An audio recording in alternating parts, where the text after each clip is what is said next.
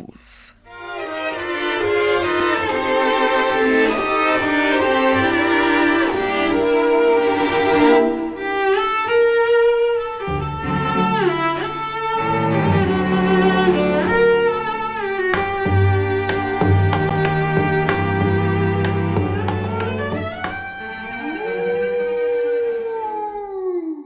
Leonard Bilsiter was one of those people who have failed to find this world attractive or interesting, and who have sought compensation in an unseen world of their own experience or imagination or invention. Children do that sort of thing successfully, but children are content to convince themselves and do not vulgarize their beliefs by trying to convince other people. Leonard Bilsiter's beliefs were for the few, that is to say, anyone who would listen to him. His dabblings in the unseen might not have carried him beyond the customary platitudes of the drawing-room visionary if accident had not reinforced his stock-in-trade of mystical lore. In company with a friend who was interested in a Euro mining concern, he had made a trip across Eastern Europe at a moment when the great Russian railway strike was developing from a threat to a reality. Its outbreak caught him on the return journey, somewhere on the further side of Perm, and it was while waiting for a couple of days at a wayside station in a state of suspended locomotion that he made the acquaintance of a dealer in harness and metalware, who whiled away the tedium of the long halt by initiating his English travelling companion in a fragmentary system of folklore that he had picked up from Transbaikal traders and natives. Leonard returned to his home circle garrulous about his Russian strike experiences, but oppressively reticent about certain dark mysteries, which he alluded to under the resounding title of Siberian magic.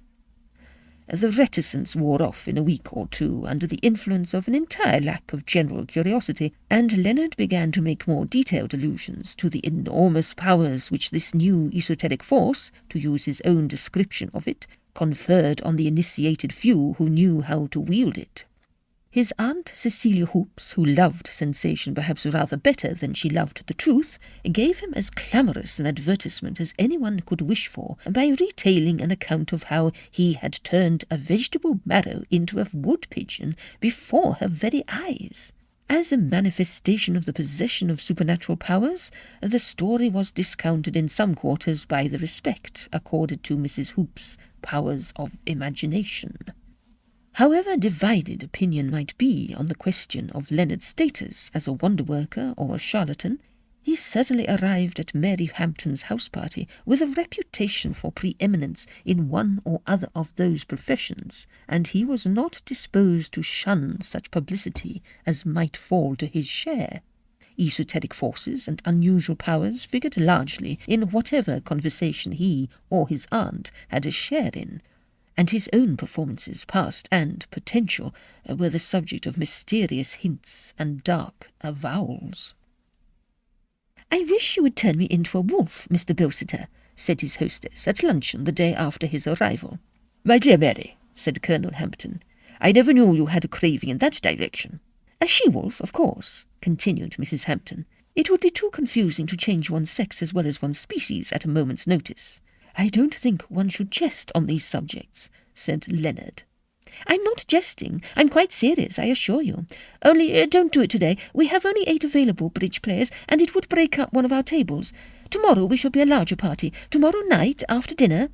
"In our present imperfect understanding of these hidden forces, I think one should approach them with humbleness rather than mockery," observed Leonard, with such severity that the subject was forthwith dropped. Clovis Sangrail had sat unusually silent during the discussion of the possibilities of Siberian magic. After lunch he sidetracked Lord Pabham into the comparative seclusion of the billiard-room and delivered himself of a searching question. "Have you such a thing as a she-wolf in your collection of wild animals? A she-wolf of moderately good temper?" Lord Pabham considered. "There is Louisa," he said. "A rather fine specimen of the timber wolf. I got her 2 years ago in exchange for some Arctic foxes. Most of my animals get to be fairly tame before they've been with me very long. I think I can say Louisa has an angelic temper, as she-wolves go. Why do you ask? I was wondering whether you would lend her to me for tomorrow night, said Clovis, with the careless solicitude of one who borrows a collar stud or a tennis racket. Tomorrow night? Yes, wolves are nocturnal animals, so the late hours won't hurt her, said Clovis, with the air of one who has taken everything into consideration. One of your men could bring her over from Pabham Park after dusk, and with a little help, he ought to be able to smuggle her into the conservatory at the same moment that Mary Hampton makes an unobtrusive exit. Lord Pabham stared at Clovis for a moment in pardonable bewilderment. Then his face broke into a wrinkled network of laughter. "Oh, that's your game, is it? You are going to do a little Siberian magic on your own account. And is Mrs. Hampton willing to be a fellow conspirator?" "Mary is pledged to see me through with it if you will guarantee Louisa's temper." "I'll answer for Louisa," said Lord Pabham. By the following day the house party had swollen to larger proportions, and Bilsiter's instinct for self-advertisement expanded duly under the stimulant of an increased audience. At dinner that evening he held forth at length on the subject of unseen forces and untested powers, and his flow of impressive eloquence continued unabated while coffee was being served in the drawing-room, preparatory to the general migration to the card-room. His aunt ensured a respectful hearing for his utterances, but her sensation-loving soul hankered after something more dramatic than mere vocal demonstration. "Won't you do something to convince them of your powers, Leonard?" she pleaded. "Change something into another shape. He can, you know, if he only chooses to," she informed the company. "Oh, do," said Mavis Pellington earnestly, and her request was echoed by nearly everyone present. Even those who were not open to conviction were perfectly willing to be entertained by an exhibition of amateur conjuring. Leonard felt that something tangible was expected of him. "Has anyone present," he asked, "got a threepenny bit or some small object of no particular value? You're surely not going to make coins disappear or something primitive of that sort?" said Clovis contemptuously. "I think it very unkind of you not to carry out my suggestion of turning me into a wolf," said Mary Hampton, as she crossed over to the conservatory to give her macaws their usual tribute from the dessert dishes. "I have already warned you of the danger of treating these powers in a mocking spirit," said Leonard solemnly. "I don't believe you can do it," laughed Mary provocatively from the conservatory. "I dare you to do it if you can. I defy you to turn me into a wolf." As she said this, she was lost to view behind a clump of azaleas. "Mrs. Hampton," began Leonard with an increased solemnity, but he got no further.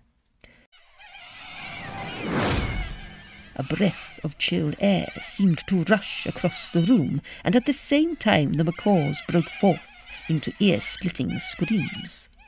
"What on earth is the matter with those confounded birds, Mary?" exclaimed Colonel Hampton. At the same moment, an even more piercing scream from Mavis Pellington stampeded the entire company from their seats. In various attitudes of helpless horror or instinctive defence, they confronted the evil-looking grey beast that was peering at them from amid a setting of fern and azalea. Mrs. Hoops was the first to recover from the general chaos of fright and bewilderment. "Leonard," she screamed shrilly to her nephew, "turn it back into Mrs. Hampton at once. It may fly at us at any moment. Turn it back." I don't know how to," faltered Leonard, who looked more scared and horrified than anyone. "What?" shouted Colonel Hampton. "You've taken the abominable liberty of turning my wife into a wolf, and now you stand there calmly and say you can't turn her back again?" To do strict justice to Leonard, calmness was not a distinguishing feature of his attitude at the moment. "I assure you I didn't turn Mrs. Hampton into a wolf. Nothing was farther from my intentions," he protested. "Then where is she, and how came that animal into the conservatory?" demanded the Colonel. "Of course we must accept your assurance that you didn't turn Mrs. Hampton into a wolf," said Clovis politely. "But you will agree that appearances are against you." "Are we to have all these recriminations with that beast standing there, ready to tear us to pieces?" wailed Mavis indignantly. "Lord Pabham, you know a good deal about wild beasts," suggested Colonel Hampton. The wild beasts that I have been accustomed to, said Lord Pabham, have come with proper credentials from well-known dealers, or have been bred in my own menagerie. I've never before been confronted with an animal that walks unconcernedly out of an azalea bush, leaving a charming and popular hostess unaccounted for. As far as one can judge from outward characteristics, he continued, it has the appearance of a well-grown female of the North American timber wolf, a variety of the common species Canis lupus. Oh, never mind its Latin name, screamed Mavis, as the beast came a step or two further into the room. Can't you entice it away with food and shut it up where it can't do any harm? If it is really Mrs. Hampton, who has just had a very good dinner, I don't suppose food will appeal to it very strongly, said Clovis. Leonard, beseeched Mrs. Hoops tearfully, even if this is none of your doing, can't you use your great powers to turn this dreadful beast into something harmless before it bites us all? A rabbit or something? I don't suppose Colonel Hampton would care to have his wife turned into a succession of fancy animals, as though we were playing a round game with her, interposed Clovis. I absolutely forbid it, thundered the Colonel. Most wolves that I have had anything to do with have been inordinately fond of sugar, said Lord Pabham. If you like, I'll try the effect on this one. He took a piece of sugar from the saucer of his coffee-cup and flung it to the expectant Louisa, who snapped it in mid-air.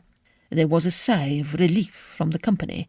A wolf that ate sugar when it might at the least have been employed in tearing macaws to pieces had already shed some of its terrors.